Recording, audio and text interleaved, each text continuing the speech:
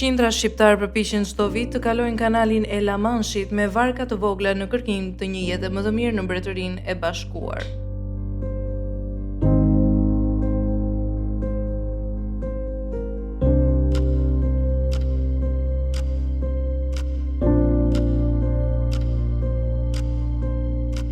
Që nga viti 2018, mbi 15.000 shqiptar kanë hyrë në mënyrë të palishme në ishull, shumica djemë të rinj nga 18 deri në 39 vjeç. Sipas Home Office, 95% e shqiptarëve që mbërrin me varka janë meshkuj. Shumë prej tyre përfundojnë në aktivitet kriminal ose punojnë në shtëpi të izoluar, të njohura si shtëpi bari, ku kultivohet kanabis dhe kushtet janë ekstreme.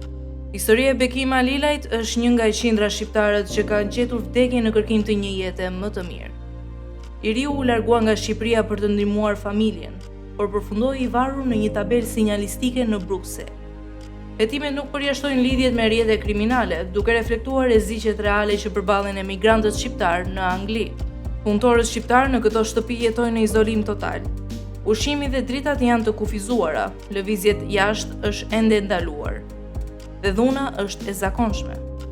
Shumë humbin jetën ose mbeten të traumatizuar psikologjikisht, ndërsa bandat kriminale fitojnë miliona pound. Hetimet tregojnë se grupet kriminale shqiptare kontrollojnë tregun e drogës në Angli, duke përdorur emigrantët e rinj si punëtor të padukshëm.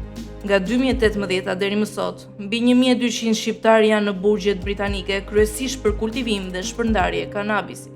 Intervistat, dokumentet, por dhe raportet të shteg lënë të besosh se rrugët e emigracionit janë ndërthurur me rrjetet e trafikut të drogës. Hetimet e agjencive ligjzbatuese tregojnë se ishulli britanik është kthyer në një nyje të rëndësishme të krimit të organizuar shqiptar, që kanë përdorur territorin britanik për transportin e kokainës nga Amerika e Jugut deri në Europë. Ndërsa në Kukës, në rreth e ftohta të tetorit, varrimi i Bekim Halilajt shënoi fundin e një ëndre që nisi me shpresë dhe përfundoi në tragjedi. Vetëm në fshatin e tij, në Bica, janë mbi 30 rinj që kanë marrë rrugët e emigrimit, statistika që flasin për një fshat që po zbrazet çdo ditë dhe një brez që endet mes kufive, borxheve dhe rrjeteve të krijimit.